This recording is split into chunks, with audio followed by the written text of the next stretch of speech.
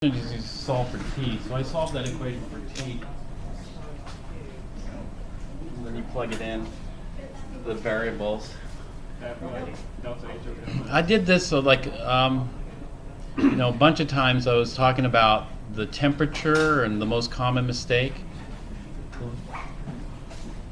And t is equal to, well, what is it equal to? Yeah, etc. Like K, the pressure, boiling water, 50 degrees. I'm sorry? Are we trying to find K? Well, it depends on what is K for this. Yeah, I mean, it's at 50 degrees C. Pressure is non-standard, so we need to use this equation. Delta G is equal to delta G naught plus RT ln Q. So we want it to boil. We set it equal to 0. When we set it equal to 0, that changes this to K.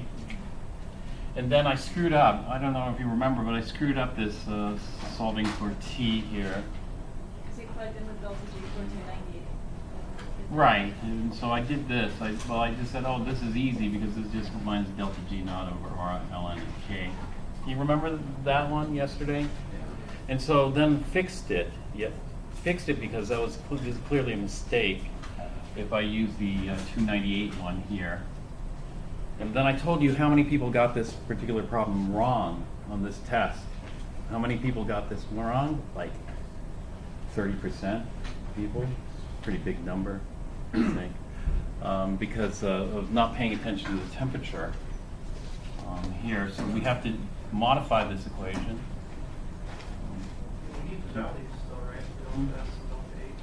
Yeah. We need the delta S and the delta H value.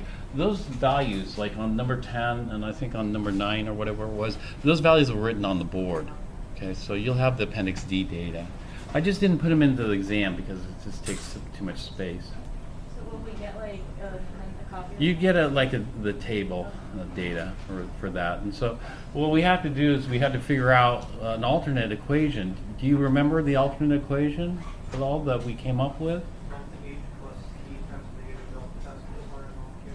Yeah, and then so we come up with an alternate equation, we put in, but there's another problem. Is this solving? This is not solving for T. We're trying to solve for K here, right? And so we have all these equations, and then we solve this one, but we got to watch out for the temperature. So this is probably not what we want because we don't want T, we want K. So if I want K, then isn't just K equal to e to the minus delta G naught over RT? K at 298. Yeah, this is K at 298, but we got to figure out what is K equal to. K is equal to the activity of the products divided by the activity of the reactants. Activity of the products is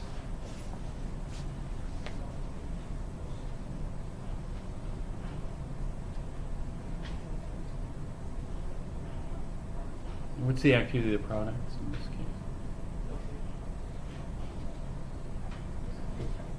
case? Partial pressure. What's the activity of the reactant? 1. And so in this case it would be the partial pressure here, but this equation doesn't work, so I told you to do something. I would have done this different ways. Since I've given T, this is something I talked about yesterday or day before. Was it yesterday? Day before yesterday.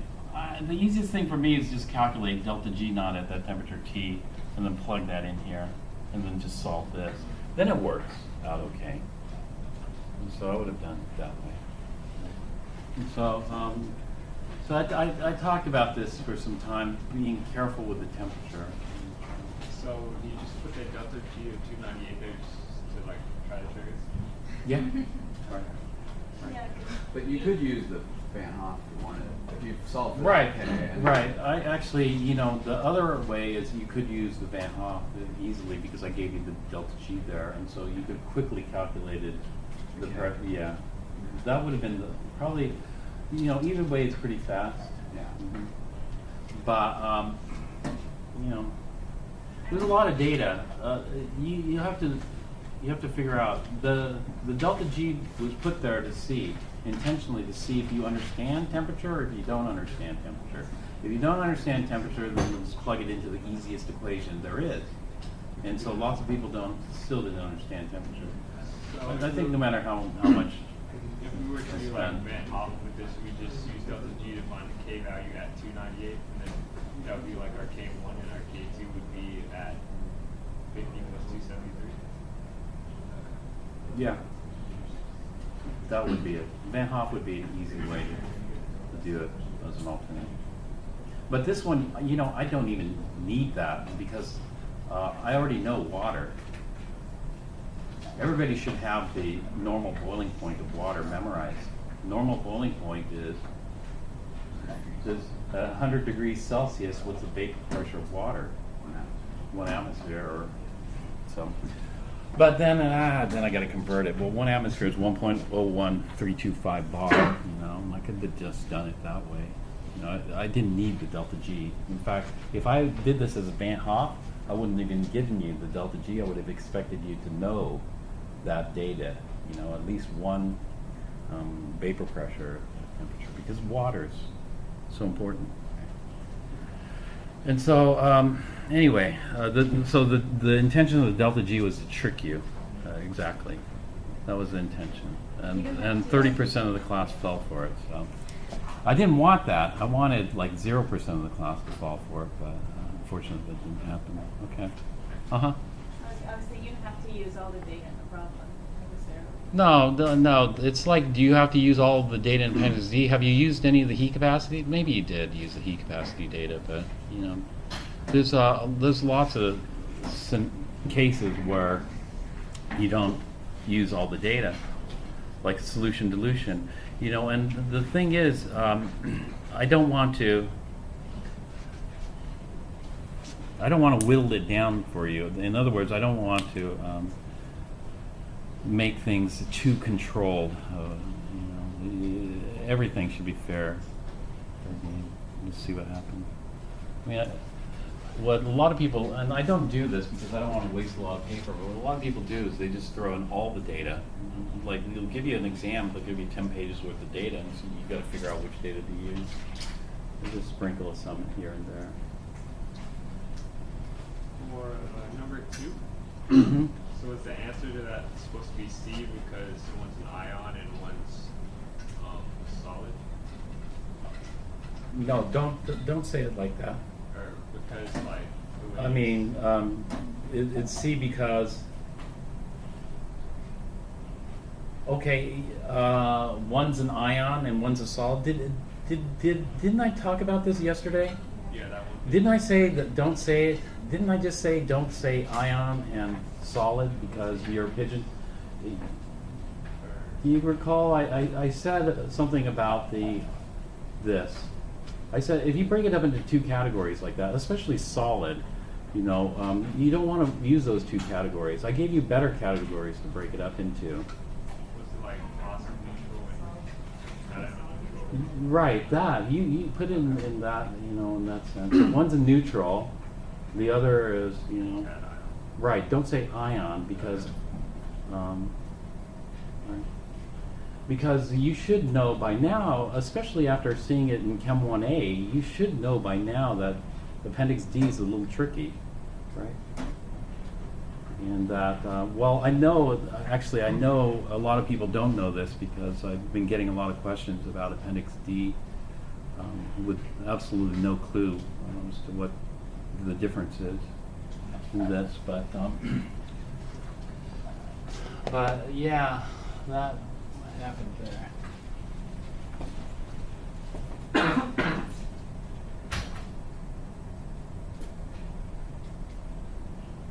I thought is B correct because that's more of the translational. Yeah, C's incorrect, actually. Oh, okay. I didn't say it was right. C's not right. So You're right. David's right. because Okay. we the solid. Well, just think in terms of entropy, you know, in terms of disorder, you know. Can you visualize a solid lattice of aluminum? You know what a metal crystal looks like in terms of aluminum.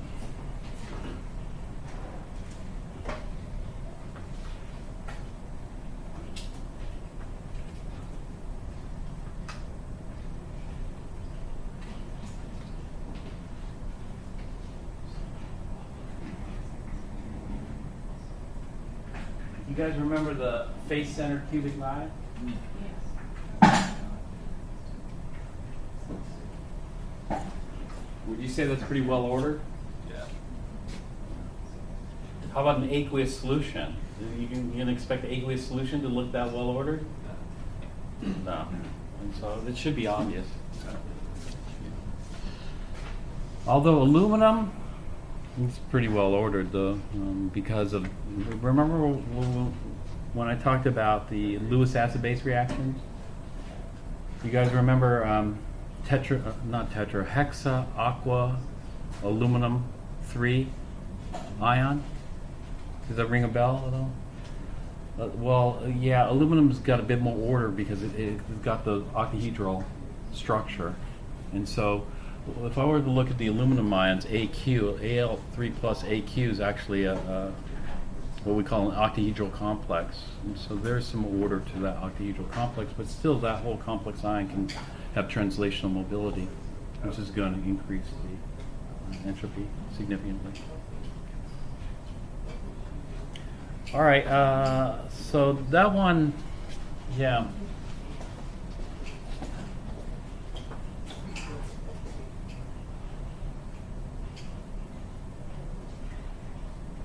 The correct answer is B. Al3 plus. Okay, was there anything else from this? For number 3, so that it, like if C said reacted quickly, then that was correct? No, it reacts very slowly. Very slowly at 298 is correct. Oh. It needs a little spark to get it going, but at 298 Kelvin, the reaction happens very slowly. It's happening. It's like paper. You know, actually, let's use this as an example. This paper used to be more of a bright white color, right? Paper is combusting very slowly at room temperature. Eventually, it's going to look like charred paper on the edges, you know, where it's kind of burnt. Old books are like this. So, you know, they store books in an oxygen-free environment because they don't want it to combust slowly away, right? Why? Because delta G is highly negative for combusting paper. It's happening, right? It's a driving force. It just happens. If I want to speed this up, then I just warm it up in an oven. If you put this paper in an oven, you're going to really speed. You don't need a flame. You could just warm it up. No. No, the answer is none of these. None of these. The answer, this goes way back to the, this goes way, way back. I mean, this is like old stuff.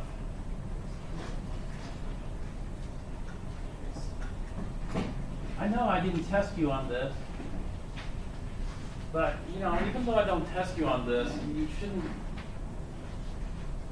ignore it. The reason I'm not testing you on it is because this takes some time to accumulate knowledge, right? And effort. And so you don't want to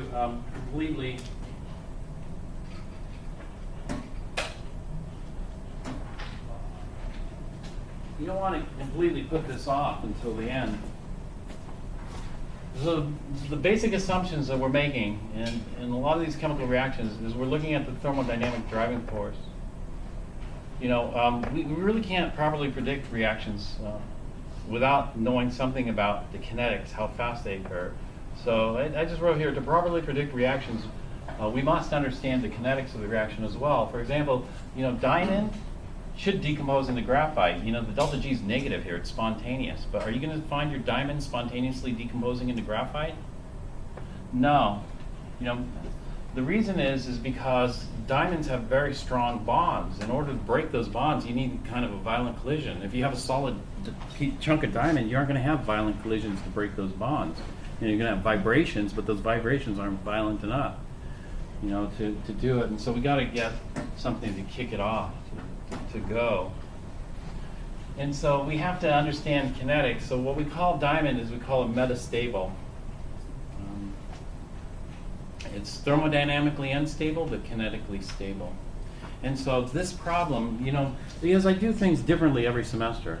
So, this year, this was 2015, on this year, I tested them on chemical reactions like the week after. The second or the third week of school, we had a test on chemical reactions, which a lot of students bombed that test. They bombed that test because they didn't know nomenclature. They forgot all their nomenclature.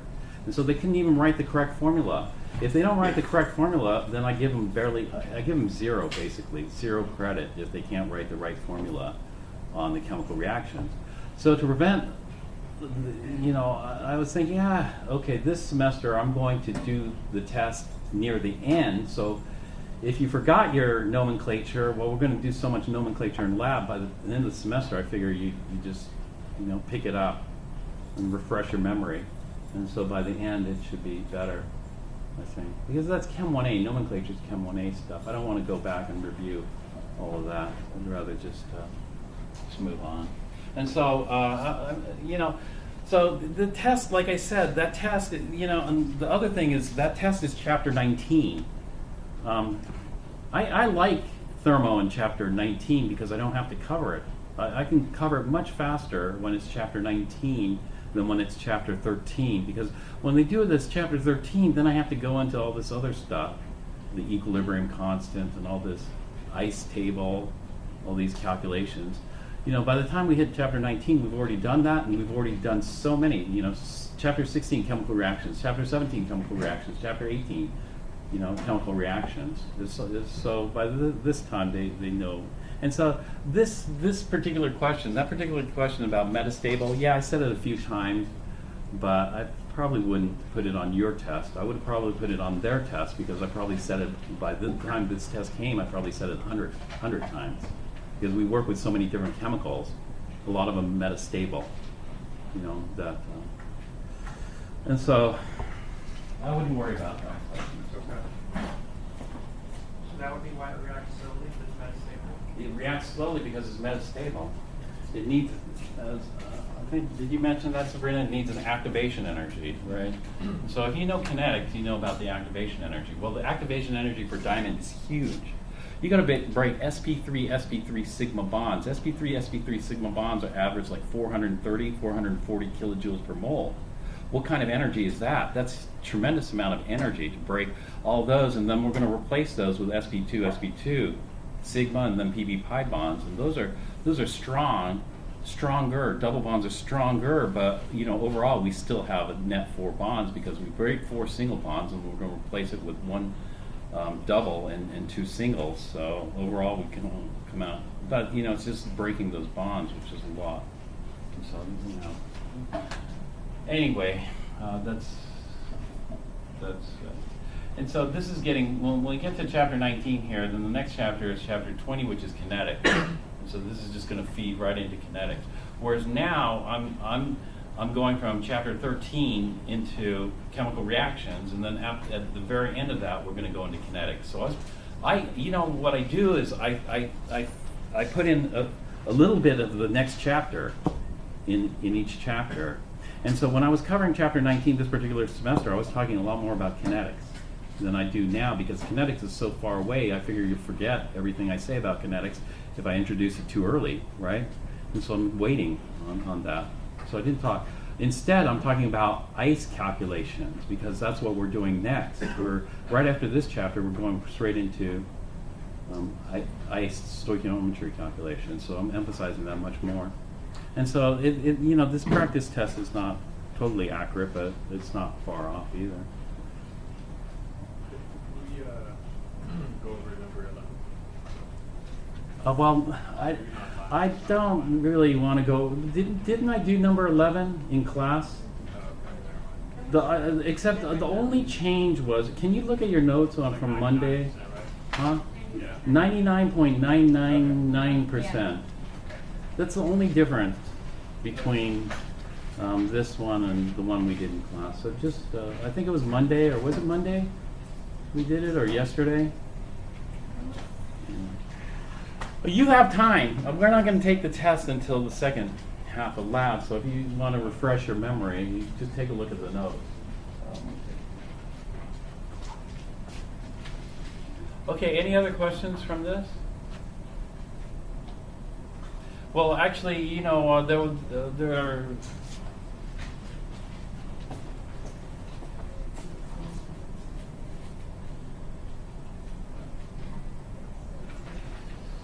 Here, there's some typos I did. This is supposed to be H2, right? This is supposed to be NH3.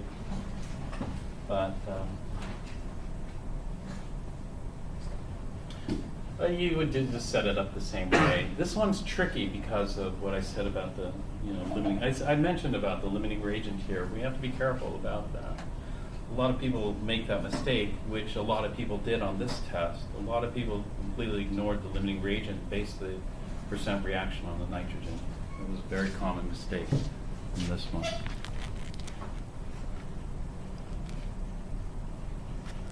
Uh-huh.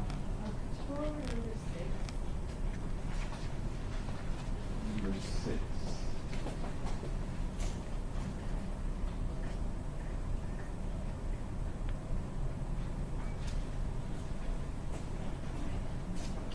All right, so here we have the combustion of methane. You should know, is this spontaneous at room temperature or standard conditions? It doesn't look like it's spontaneous, but even though you don't see it, it is spontaneous. It's reacting. It's like this. Is the combustion of paper spontaneous? Yeah, I mean, take a look at the difference in the paper. You know, probably these started off at the same. Whiteness or brightness, whatever they call it. You know. So the same thing. I look at my old graph paper. It's burning up. Old books. It's all the same. This is why they, you know, when we get to kinetics, we'll explore this, because it also has to do with the thermodynamics. Acid, you know, tends to speed this up. In fact, having acid present in here increases the driving force for the combustion of paper significantly. And so if you want to preserve paper, you need to get the acid-free stuff.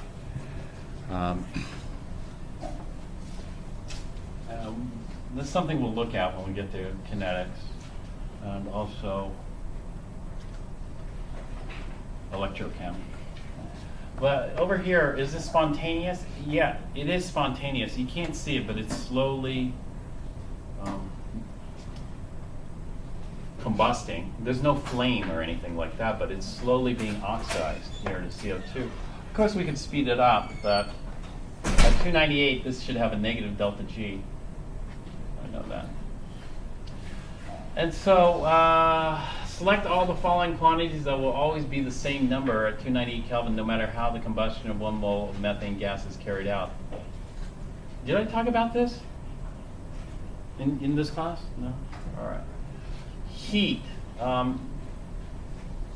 Will you always get the same amount of heat no matter how the combustion is carried out? The answer is no. I gave the example when I was talking about heat. Heat is what we call a path-dependent function. Path-dependent function depends on the path you take or the apparatus you use to burn it. And so in Chem 1A, I always give this example. If you want to heat a pot of coffee, would you want to use a constant pressure burner or constant volume? Which one would give you more heat? Burning it at constant pressure or constant volume? Constant pressure is going to give you more heat. And so heat for sure is not. Also, heat, since it is a path-dependent function, we can think, you know, if you're burning a mole of methane on your stovetop versus burning a mole of methane in a CNG, you know those CNG vehicles, the compressed natural gas cars that drive around? Do you want to generate the same amount of heat? You know, on the stovetop, you want to maximize the amount of heat. In a CNG vehicle, you want to maximize the amount of work.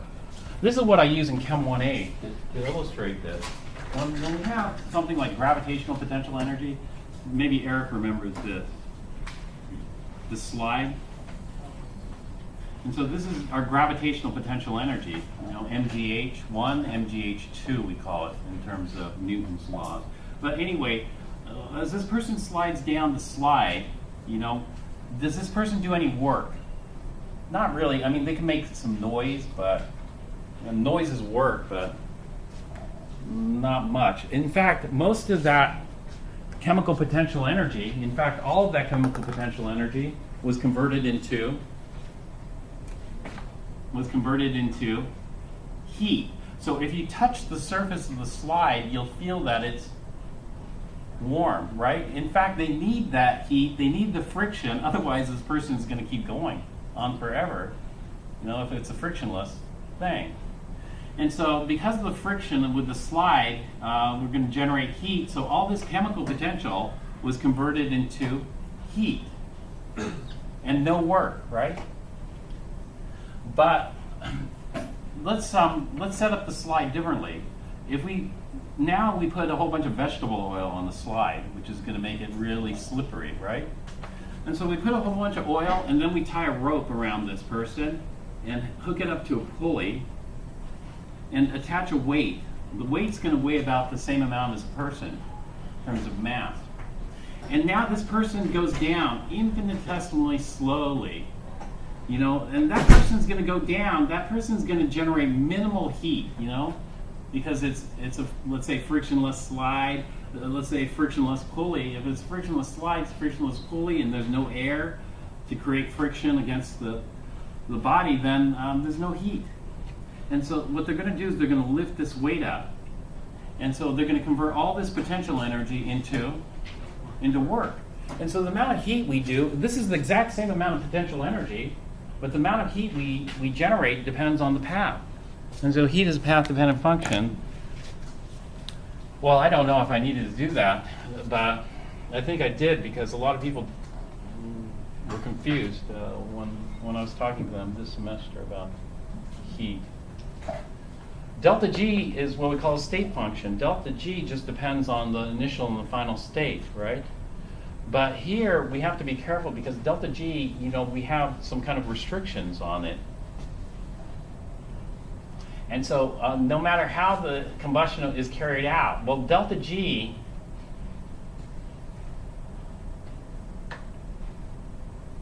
does that always stay the same no matter how the combustion is carried out? No, because we could change the conditions. For example, the pressure, the partial pressures of these, and that's going to change the driving force.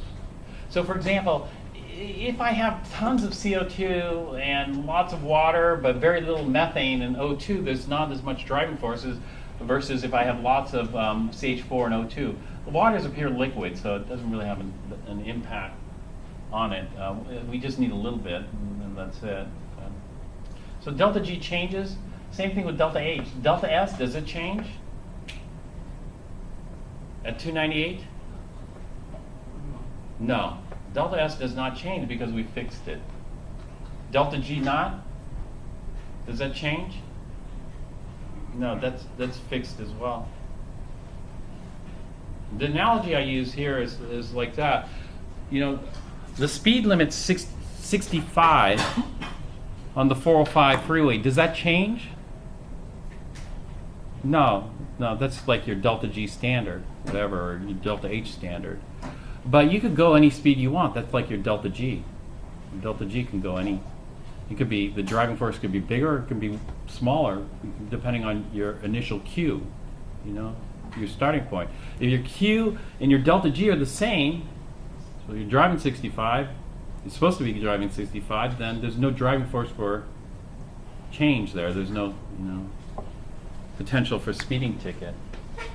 But the farther you are away, there's a bigger potential for a speeding ticket, and that means, if you think of the driving force as being the officer. Well, all right, so that's number 6. So the answer would be D and G.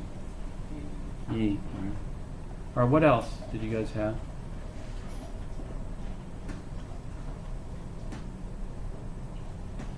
Well, I talked too much. I was only supposed to talk 30 minutes max, including the lab. And so we're going to have to shorten the lab. but it's okay. Let me talk about Le Chatelier's principle next.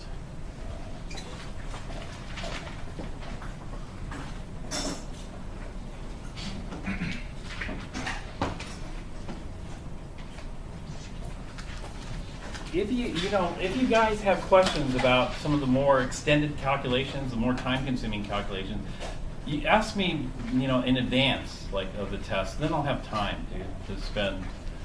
But on the day of the test, it's kind of hard to spend a lot of time going back through the material.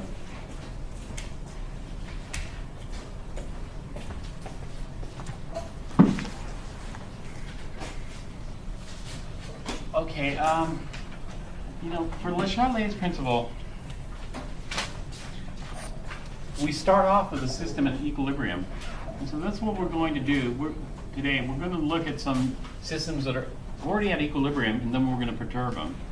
Equilibrium means that Q is K. That is, the product to reactant ratio is the product to reactant ratio that we want.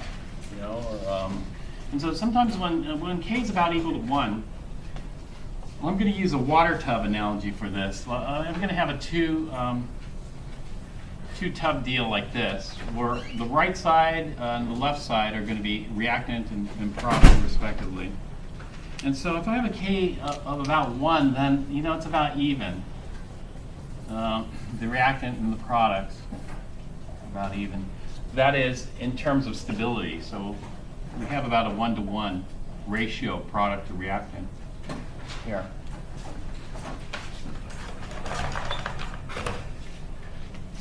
If K is much less than 1, then what's preferred? If K is much less than 1, then at equilibrium, the ratio should be mostly reactant and not much product. So it's going to look something like this. Product. And so this is the way I visualize it. It's not, the perfect analogy, but it works. It works because of this. When we have a dynamic equilibrium like this, there's no change in the product to reactant ratio. However, there's continual reaction. So in this case, water can flow left and right. It just so happens that the volume of water flowing to the right is equal to the volume of water flowing to the left. In other words, the rate of diffusion of the water to the right is equal to the rate of diffusion of the water to the left. The same thing here. When we hit a dynamic equilibrium, the rate of the forward is equal to the rate of the reverse. And so this is it. But when we look at the ratios are different, because over here it's favoring the reactant. And so if K is much greater than 1 here, it would be the opposite, where we heavily favor the products here.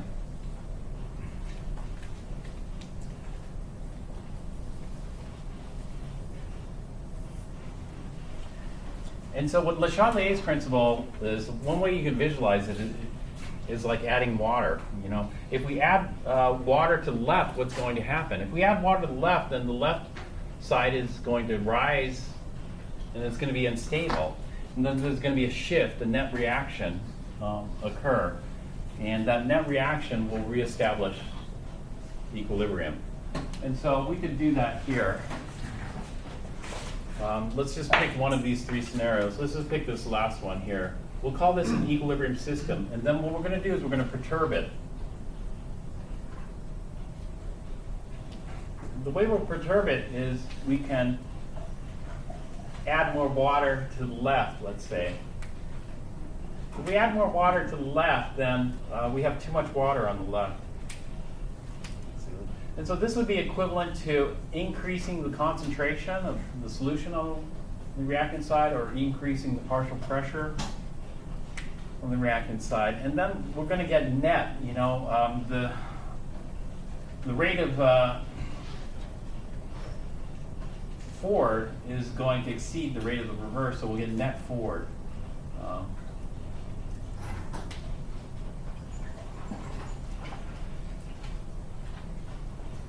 Reaction or transfer, and then we're going to reestablish equilibrium.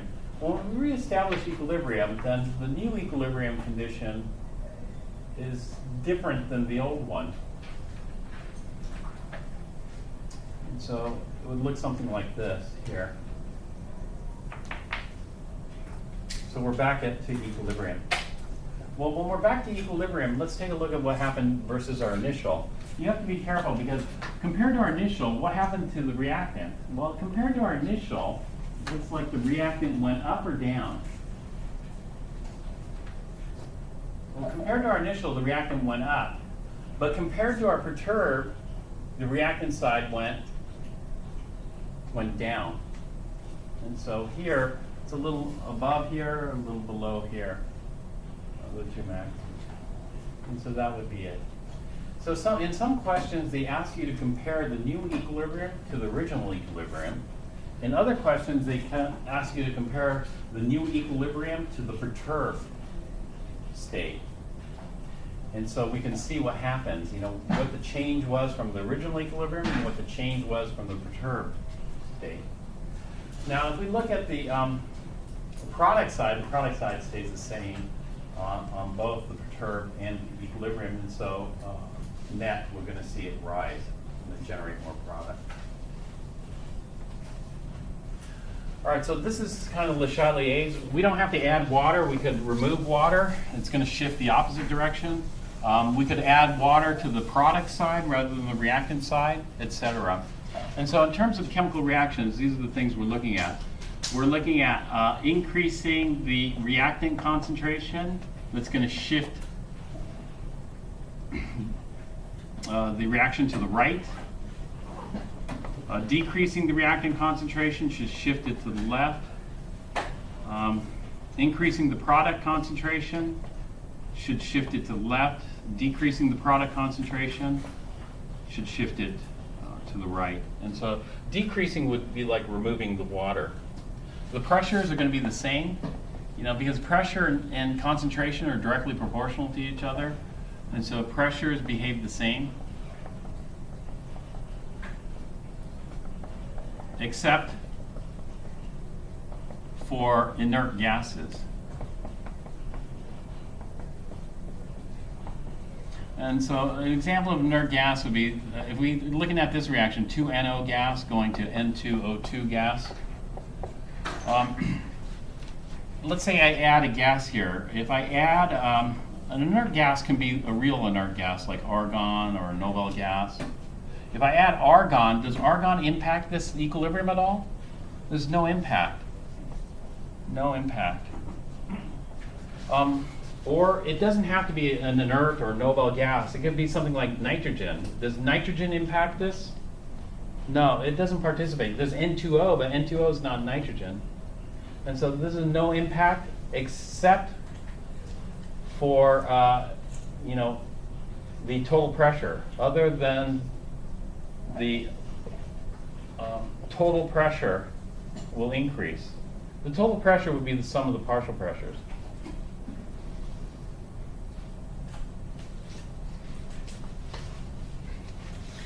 All right, the other way we can do this, so we can manipulate the concentrations, we can manipulate the pressures, we can also manipulate the volume. And so let's take a look at the volume effect.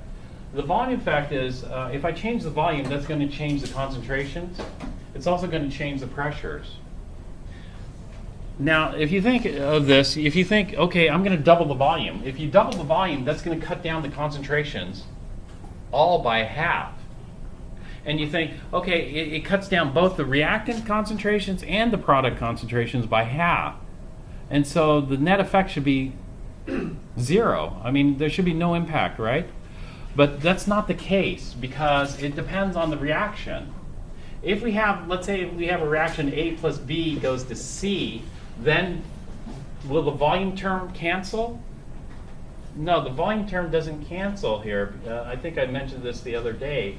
Versus if I had A plus B goes to C plus D, then the volume term cancels.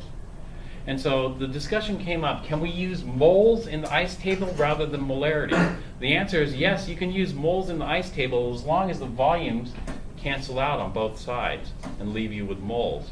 Here they don't because we have volume squared on one and volume to the first on the other. And so the easiest way to keep track of this is qualitatively, there's going to be a shift to the side with more moles of gas, or likewise more moles of solution, if we're looking at concentration. And so if this were the case, this is gas, gas, then there's no difference. On the reactant we have about 50 liters of gas. On the product we have about 50 liters of gas. But here there is a difference, because on the reactant we have about 50 liters of gas, but on the product we have about 25 liters of gas. So if we increase the volume, I forgot to write that. If we increase the volume here, then that's going to favor shifting to the left for this one, but nothing's going to happen for this one. Gas, gas, gas. And so increasing volume shifts to the side with more moles of gas. Decreasing volume has the opposite effect. It's just going to shift to the side with fewer moles of gas. So if I decrease the volume, I should shift it right on the first one. If I increase the volume, I should shift it left. We are going to see that. We're going to do quantitative calculations of this also, but we'll do that later. All right, so that's volume. There's one more that we have to look at. Pressure, concentration, and volume changes will not change K. And so all these things, we just screw up Q. Everything was good. Q was equal to K. We're at equilibrium. Now when we start messing around with the concentrations, or we start messing around with the pressures, or we start messing around with the volume, it screws up our ratio. If it screws up our ratio, we have to reestablish that ratio, the K. And so all these just screw up Q. The next one is going to screw up K, and that is temperature. If I start messing with the temperature, my ratio might be perfect, but then I change the temperature and it's no longer the correct ratio, because now I have a new ratio, a new target to go after. And so temperature changes K. Well, how does it change K? Well, of course we could use the Van Hoff equation to figure it out, or we could use the delta G stuff, ln to K, all that stuff. We could figure it out, but that's work and that's calculation. If we would just want to do a quick qualitative assessment of what temperature does, then we do it like this. Changes K.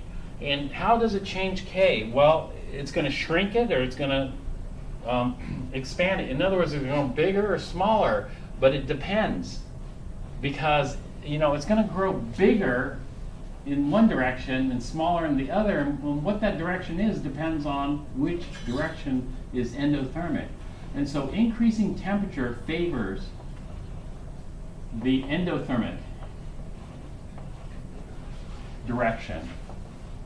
And so if I'm looking at ice, melting ice, is that endothermic or exothermic?